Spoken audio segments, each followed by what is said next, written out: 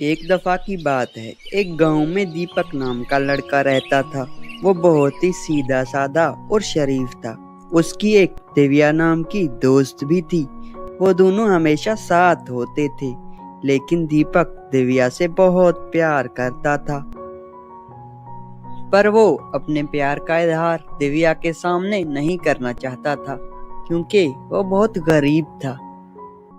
एक दिन वो दोनों गांव में बैठे बातें कर रहे थे। तभी वहां पर एक आइसक्रीम वाला आया। आइसक्रीम वाला, बच्चों जल्दी आ जाओ और ठंडे ठंडे आइसक्रीम ले लो। तभी वहां पर आइसक्रीम वाले के पास बहुत सारे बच्चे आ जाते हैं आइसक्रीम लेने के लिए। और दिव्या के पास उसका एक दोस्त आता है और उससे कहता है, चलो दिव्या आइसक्रीम खाते हैं, वैसे भी बहुत गर्मी है आज। आओ दीपक, हम दोनों चलते हैं। इस लल्लू के पास 1 रुपया भी नहीं होता। आइसक्रीम तो 10 रुपए की है।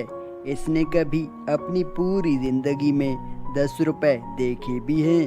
राजेश, दीपक गरीब जरूर है, वो दिल का बहुत अच्छा है। तुम उसके गरीबी का मजाक मत उड़ाओ, वक्त कभी भी बदल सकता है। इसे आज मैं खिलाऊंगी। आओ दीपक, आज मैं तुम्हें आइसक्रीम खिलाती हूँ। नहीं दिव्या, आज मेरा दिल नहीं कर रहा है आइसक्रीम खाने को। ऐसा कहकर दीपक वहां से चला जाता है। वो चलते चलते दूर किसी जंगल में पहुंच जाता है। वहां एक पेड़ के नीचे बैठकर रोने लगता है।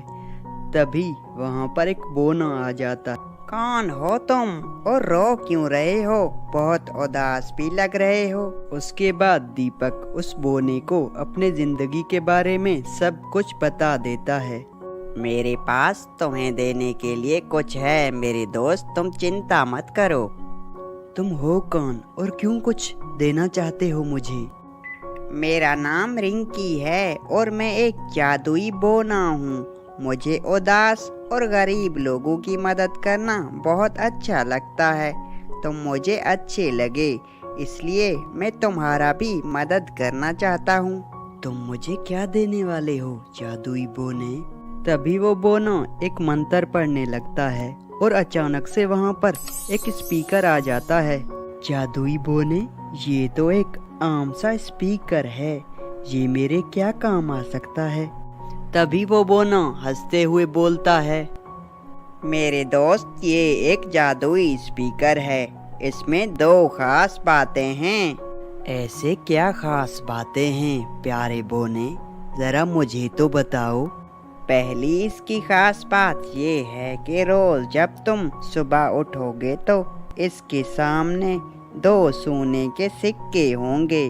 और दूसरी बात, अगर तुम्हारा या तुम्हारे किसी दोस्त का कोई चीज खो जाए तो तुम फिर इस स्पीकर से पूछो, तुम्हें ये बताएगा कि वो खोई हुई चीज कहाँ पर है। बहुत धन्यवाद मेरे प्यारे रिंकी, अब मैं चलता हूँ। घर पहुँचते ही दीपक को रात हो जाती है और वो थका हुआ भी बहुत होता है। अपने बिस्तर पे जाकर सो जाता है। अगले दिन सुबह को ही उठकर देखता है तो सच में उस स्पीकर के पास 2 सोने के सिक्के पड़े होते हैं। ये देखकर वो बहुत खुश हो जाता है। वाह, रिंकी ने तो कमाल का स्पीकर दिया है। ये तो सच में सुबह सुबह 2 सोने के सिक्के देता है। वो स्पीकर रोज 2 सोने के सिक्के दीपक को देता। देखते ही देखते दीपक बहुत अमीर हो गया। एक रात दीपक सो रहा था, तभी उसके दादाजी सपने में आते हैं। वो सपने में अपने दादाजी को देखता है। आप कौन हो बाबा जी? दीपक बेटा, मैं तुम्हारा दादा हूँ और मैं तुमको एक खास बात बताने वाला हूँ। बेटा दीपक, मेरा एक संदूक था जिसमें बहुत सारे हीरे थे। वो संदूक मेरा खो गया था कहीं पे।